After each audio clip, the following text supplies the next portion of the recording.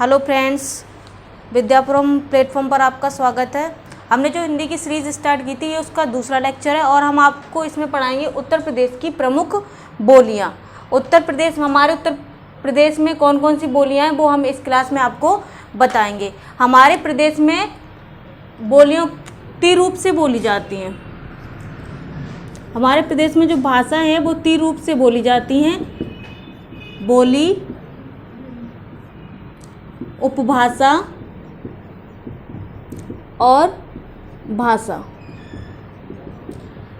हमारे प्रदेश में जो भाषा है वो 3 रूपों से बोली जाती है: बोली, उपभाषा और भाषा। सबसे पहले हम बोली के बारे में पढ़ेंगे। तो बोली क्या है? भाषा की सबसे छोटी इकाई है। जो बोली है हमारी वो भाषा की सबसे छोटी इकाई है।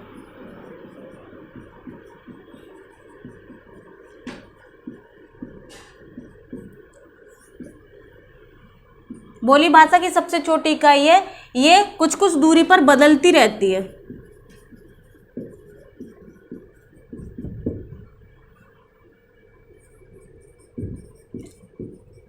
जो बोली है इसका रूप कुछ कुछ दूरी पर बदलता रहता है और बोली एक सीमित क्षेत्र में बोली जाने वाली भाषा है। सीमित क्षेत्र में बोली का क्षेत्र कैसा होता है? सीमित होता है। बोली लिपिबद्ध होने के कारण इसमें साहित्य की रचना नहीं होती है। बोली में लिपिबद्ध होने के कारण साहित्य की रचना नहीं होती है।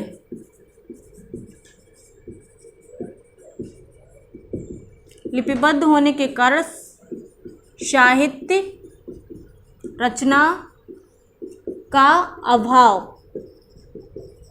होता है।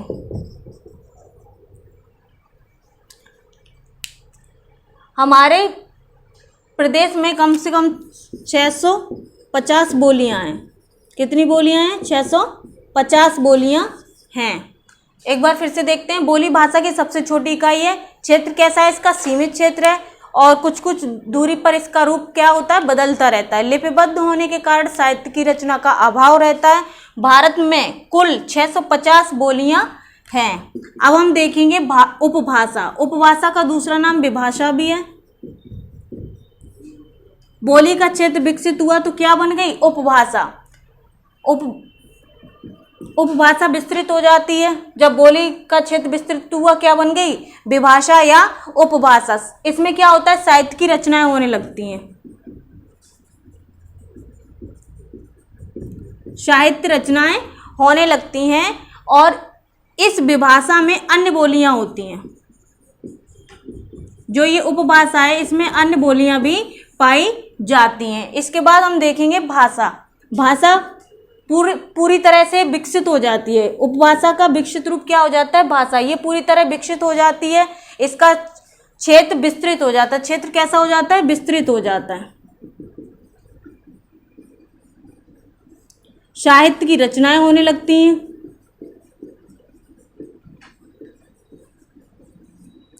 साहित्य की रचनाएं होने लगती हैं और संचार माध्यमों का आदान प्रदान होने लगता है। संचार माध्यमों का आदान प्रदान होने लगता है। भाषा में क्या होता है? क्षेत्र कैसा हो जाता है? इसका विस्तृत हो जाता है। साहित्य रचनाएं होने लगती हैं और इसमें संचार माध्यमों का आदान प्रदान होने लगता है। बोली और उपभाषा, इसमें जॉन ग्रियर्सन ने इसका वर्गीकरण किया है। सर्वप्रथम बोली और उपभाषा का वर्गीकरण किसने किया है? जॉन ग्रियर्सन ने। कब किया है? 1889 में उन्होंने बोली और उपभाषा का क्या किया? वर्गीकरण किया। कब? कौन सी सन में किया? 1889 में। तो ये याद रखने वाली चीज है, ये पेपर में पूछा जा सकता है। इसके बाद हम देखेंगे कि हमारे प्रदेश में जो है, प्रदेश में कितनी उपबोलियां हैं।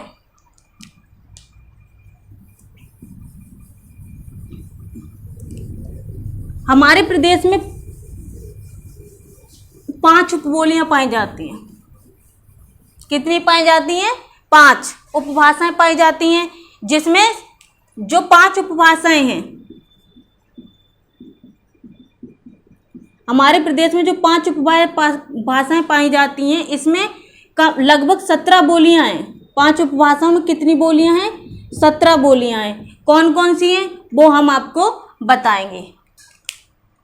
सबसे पहले हम 5 उपभाषाएं देखेंगे। कौन सी?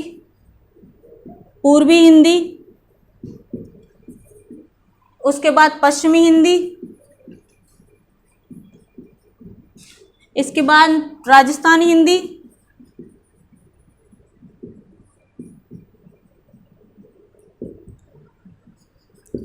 पूर्वी हिंदी, पश्चिमी हिंदी, राजस्थानी हिंदी, बिहारी हिंदी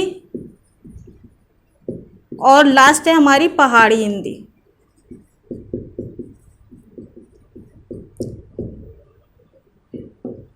पूर्वी हिंदी, पश्चिमी हिंदी, राजस्थानी हिंदी, बिहारी हिंदी और पहाड़ी हिंदी। अब हम पढ़ेंगे सबसे पहले क्या? पूर्वी हिंदी। पूर्वी हिंदी में कितनी बोलियां हैं? तो पूर्वी हिंदी में हमारे में 3 बोलियां हैं।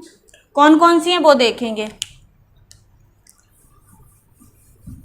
अब पूर्वी हिंदी जो हमारी है वो किस अपभ्रंश से विकसित हुई है वो भी हम लिखेंगे। तो पूर्वी हिंदी हमारी किस अपभ्रंश से विकसित हुई है? अर्धमागधी अपभ्रंश से।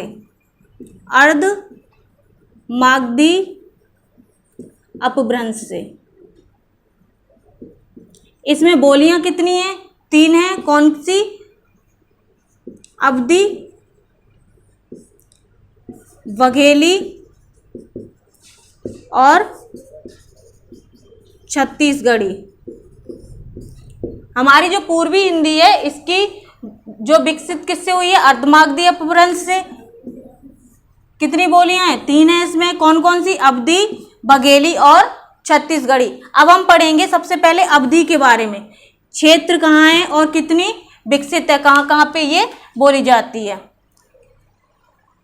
तो जो अवधी भाषा है, जो अवधी बोली है वो उत्तर प्रदेश के लखनऊ, उत्तर प्रदेश के लखनऊ में जितने भी जिले हैं जैसे कि रायबरेली, फैजाबाद, लखीमपुर खीरी, उन्नाव, रायबरेली, सुल्तानपुर, फतेहपुर, हरदोई। रायबरेली, फैजाबाद, सुल्तानपुर, हरदोई, उन्नाव, रायबरेली, फैजाबाद, सुल्तान, हरदोई, उन्नाव, लखीमपुर आदि। ये जो हमारी अवधी बोली है उत्तर प्रदेश के लखनऊ के सभी इन जिलों में बोली जाती है। इसके बाद हम देखेंगे अवधी बोली में हमारे 2 महाकाव्य रचित हैं। वो किसने रचे हैं? महाकाव्य। अवधी बोली में 2 महाकाव्य भी रचित हैं जो तुलसीदास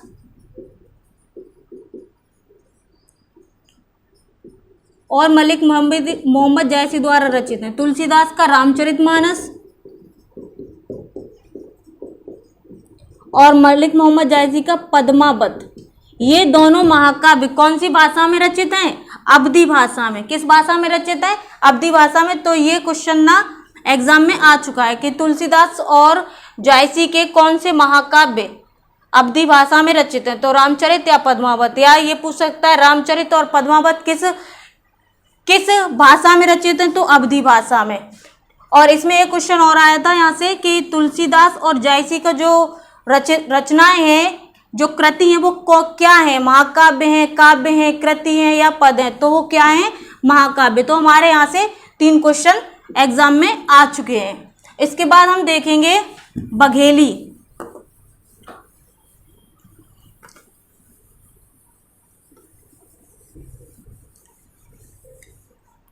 जो बघेली भाषा है हमारी वो मध्य प्रदेश के, बघेली भाषा हमारी मध्य प्रदेश के रीवा जिले में बोली जाती है। बघेली भाषा कहाँ बोली जाती है? मध्य प्रदेश के रीवा जिले में। और उत्तर प्रदेश के कुछ अन्य जिलों में हमारी बघेली भाषा बोली जाती है। इसके बाद हम देखेंगे छत्तीसगढ़ी।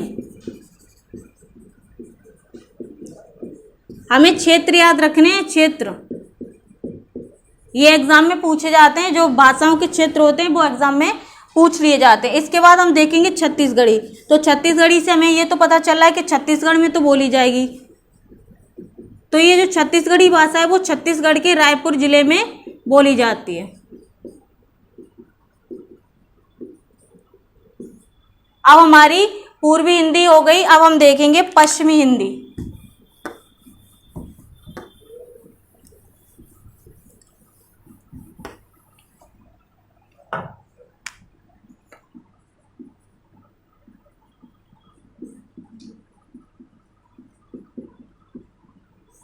पश्चिमी हिंदी किस अपभ्रंश से विकसित हुई है? तो पश्चिमी हिंदी सौरसैनी अपभ्रंश से विकसित हुई है। कौन से अपभ्रंश से विकसित हुई है? सौरसैनी अपभ्रंश। पश्चिमी हिंदी में भाषाएं कितनी हैं? तो हमारी पश्चिमी हिंदी में 5 भाषाएं। कौन कौन सी हैं? बुंदेली, कन्नौजी, ब्रजभाषा, बुंदेली, कन्नौजी, ब्रजभाषा, खड़ी बोली, हरियाणवी। खड़ी बोली को कोरबी भी कहते हैं और हरियाणवी को बांगरू। तो हमारी जो पश्चिमी हिंदी है ये किस अपभ्रंश से विकसित हुई है? सौरसैनी अपभ्रंश से विकसित हुई है।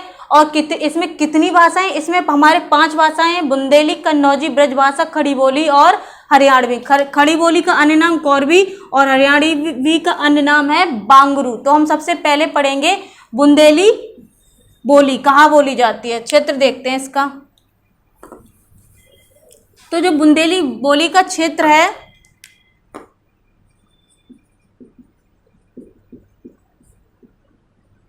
वो है मध्य प्रदेश और उत्तर प्रदेश की सीमा पर लगे जिले। मध्य प्रदेश और उत्तर प्रदेश की सीमा पर जो जिले हैं उनमें हमारी बुंदेली भाषा बोली जाती है। वो झांसी, छतरपुर, जालौन, हमीरपुर, ग्वालियर, ओरछा, सागर, होशंगाबाद। कौन कौन से? झांसी, छतरपुर, जालौन, ग्वालियर, झांसी, छतरपुर, जालौन, ग्वालियर, ओरछा, सागर, होशंगाबाद। इन क्षेत्रों में कौन सी बोली बोली जाती है? बुंदेली बोली बोली जाती है। इसके बाद हम देखेंगे कन्नौजी। इसमें बस आपको क्षेत्र याद करने हैं। इसके बाद हम देखेंगे कन्नौजी। ब्रज के करीब होने के कारण कन्नौजी भाषा को ब्रज की उपभाषा भी कहा गया है। ब्रज की उपभाषा क्या कहा गया है? कन्नौजी भाषा को ब्रज की उपभाषा कहा गया है। इसका क्षेत्र, कन्नौजी भाषा बोली कहाँ कहाँ जाती है? तो वो बोली जाती है इटावा, फर्रुखाबाद, शाहजहांपुर, कानपुर, हरदोई। कहाँ कहाँ बोली जाती है? कन्नौजी का क्षेत्र कहाँ कहाँ है? इटावा, फर्रुखाबाद, कानपुर, इटावा, फर्रुखाबाद, कानपुर, हरदोई, शाहजहांपुर। इन जिलों में हमारी कौन सी बोली बोली जाती है? कन्नौजी बोली बोली जाती है। इसमें शब्दों का औक्रांत हो जाता है। जो कन्नौजी बोली है इसमें शब्दों का औक्रांत हो जाता है।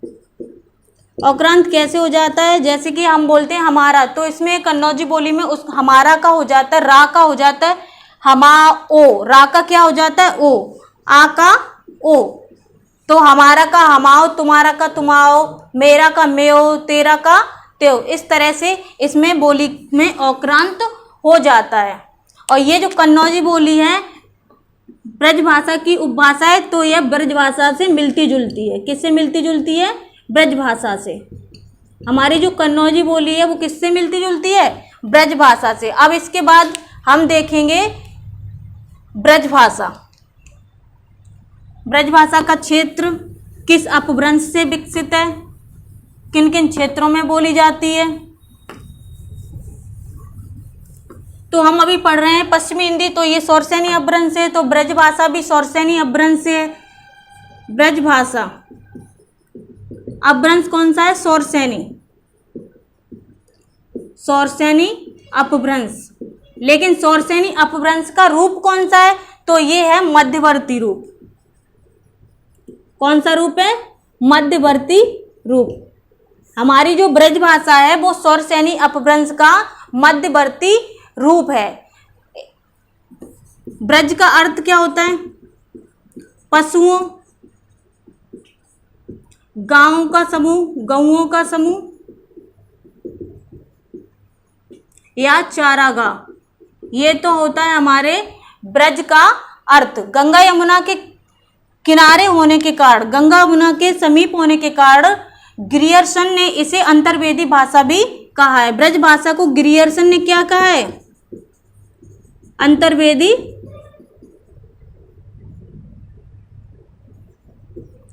भाषा। ब्रज भाषा को ग्रियर्सन ने क्या कहा? अंतर्वेदी भाषा। इसके और भी नाम है सरहिंदी और ब्रजी, ब्रज की, मणि, माधुरी, नागभाषा। ब्रजी, ब्रज की, मणि, माधुरी और नागभाषा। ब्रज भाषा में सूरदास और नंददास ने रचना कृतियां लिखी हैं। ब्रज भाषा में सूरदास और नंददास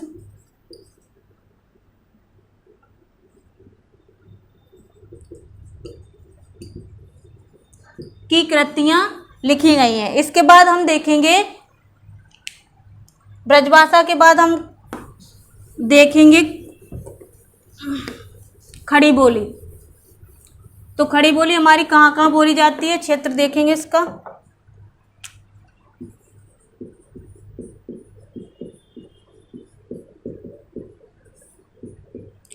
खड़ी बोली जो है वो हमारी राजभाषा है। और इसे राजभाषा, ये राजभाषा हमारी कब बनी? 14 सितंबर 1949 को। हमारी खड़ी बोली हमारी राजभाषा 200 साल पहले, ये 200 साल पहले ये दिल्ली, मेरठ और बिजनौर की एक बोली हुआ करती थी। जो खड़ी बोली हमारी राजभाषा है 200 साल पहले क्या था? ये दिल्ली, मेरठ और बिजनौर की सिर्फ बोली थी। लेकिन इसका रूप विकसित होते होते ये क्या बन गई? हमारी राजभाषा, यानी कि हमारे प्रदेश के कामकाज की भाषा। इसे हम बोलते हैं ब्रजभाषा को, खड़ी बोली को।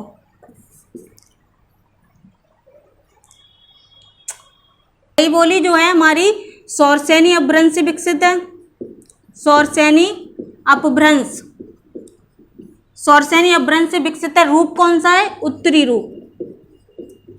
शौरसेनी अपभ्रंश का उत्तरी रूप। जो हमारी खड़ी बोली है वो राजभाषा है। 14 सितंबर 1949 को राजभाषा बनी।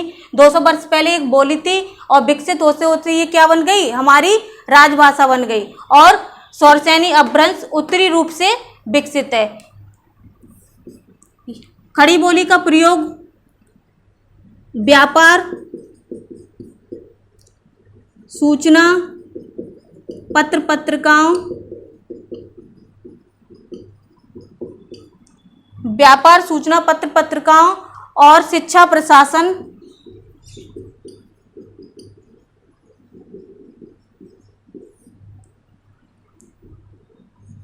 में किया जाता है। खड़ी बोली का प्रयोग किसमें किया जाता है? व्यापार, सूचना, पत्र पत्रिकाओं, शिक्षा प्रसाधन आदि में ये प्रयुक्त की जाने वाली हमारी भाषा बन गई। इसका क्षेत्र क्या कौन सा है? खड़ी बोली का क्षेत्र, खड़ी बोली का क्षेत्र है दिल्ली, मेरठ, सहारनपुर, बिजनौर, रामपुर। दिल्ली, मेरठ, सहारनपुर, बिजनौर, रामपुर आदि क्षेत्रों में हमारी खड़ी बोली बोली जाती है। अब हम देखेंगे इसके बाद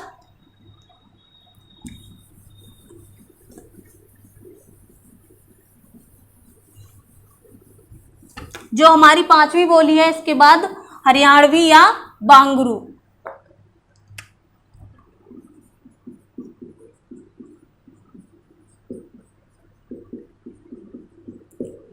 5वीं बोली हमारी कौन सी है? हरियाणवी या बांगरू। ये भी सौरसेनी अपभ्रंश से विकसित हुई है और ये सौरसेनी अपभ्रंश के कौन से रूप से विकसित हुई है? तो इसका रूप है उत्तरी रूप। कौन सा रूप है? उत्तरी रूप। इसका क्षेत्र हरियाणवी से तो पता चला है कि हरियाणा में बोली जाती है, हरियाणा, और इसका क्षेत्र है दिल्ली का देहाती भाग।